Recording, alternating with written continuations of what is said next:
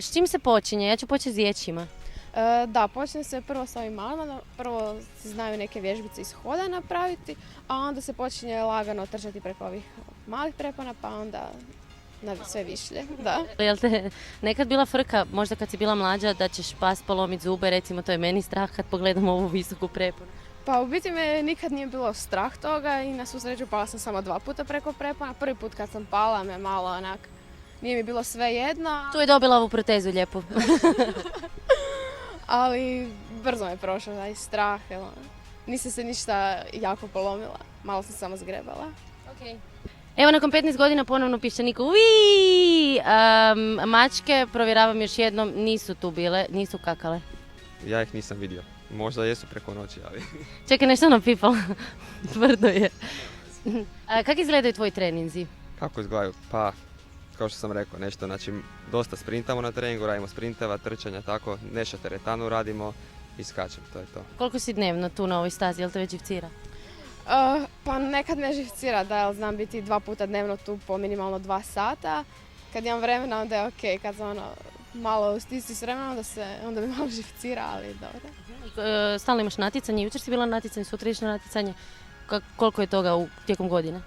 Pa sezona je počela znači u 5. mjesecu, ja sam prvu trku imala 19.5. i od tad svaki vikend praktički ima neko natjecanje, evo dogodi se sad da imaju tjedno natjecanja, tako da praktički će ovaj tjedan biti na 3 natjecanja. Imaš sjajne rezultate za sebe. Eto, od prije koji dan i 8 metara preskočenih, to si treći u povijesti ili koji? Treći u povijesti Hrvatske, da, prvi je. Pa čestitam. Hvala. Prvi je Siniša Ergotić, on je momentalno direktor reprezentacije, 8.23. Drugi je Luka Aračić, 8.12, sad ja treći, točno 8.00. Što te motivira kad vidiš te prepone ispred sebe? Pa da trčim što bolji rezultat. Ja sad hvatam normu za europsko prvenstvo, sad mi fali još 200 tinke i to mi je najveći motiv u biti da pobjedim samu sebe. Želje i snovi ili nećemo to tako, nego planovi za budućnost, to bolje zvuči, realistični. Pa ja volio bi skočiti, šta ja znam, državni rekord 8.23, mislim da nije toliko nedostižno, ali ne znam, možda ne ove godine, možda sljedeće ili za 2, ne znam, finale nekom velikom natjecanju, to je bilo lijepo, olimpijski ili svjetsko prvenstvo, da. Pa momentalno mi fali 10 cm za B normu, teško je na skoku dalje, ima dosta prijestupa i treba pogoditi idealan odraz i treba biti dobar vjetar, dobro. Tako jako rizična disciplina, može se desiti jako dobar skok, a prijestup.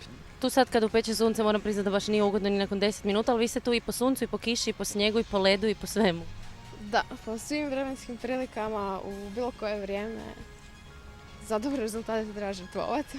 Kad bude pola metra snijega, nama je kao svima smrtnicima teško jer ne možemo autom na posao. Kako ti, molim te, treniraš ovdje, skačeš još preko ovoga, pola metra snijega imaš pod nogama? Teže okolnosti. Staviš buce na noge i to je to? Ne, nažalost, tenisice ili sprinterice, pa noge promoće. Sve je mokro bude, ali zato se poslije preskinemo. Ako imamo sreće, nakon tjedan dana nam očiste stazu, pa ide po čistom trčanju. Kako ti zimi funkcioniraš? Čuli smo od cure kad trče pod snijegom. Ti ovo ne mogu zamisliti kako izgleda. Aha, dobro. Po zime, nemoguće, pretvrdi pjesak, zaledi se sve. A imamo neku dvoranicu, tamo Bočarski dom na Pristavlju. Jedini problem što su prekrivene su s daskama ta jama i to je dosta teško vaditi, treba 10 minuta prije treninga to pripremiti, 10 minuta poslije i dosta je teške su te daske, pa je dosta teško. S obzirom da su meni dali da vježbam kao dijete, tu mjeru, bilo je jako zabavno i super mi je kako ste se svi snašli u ulozi trenera, ne znam jel u slobodno vrijeme se time bave, ali stavljali su mi zadat, evo sad ćeš to ove crte sad ruke naprijed, sad. Tako da je jako zabavno, možete se doći ovdje malo iživljavati na svetice, dobar je trening za nama, ali ti se baš ne slažeš.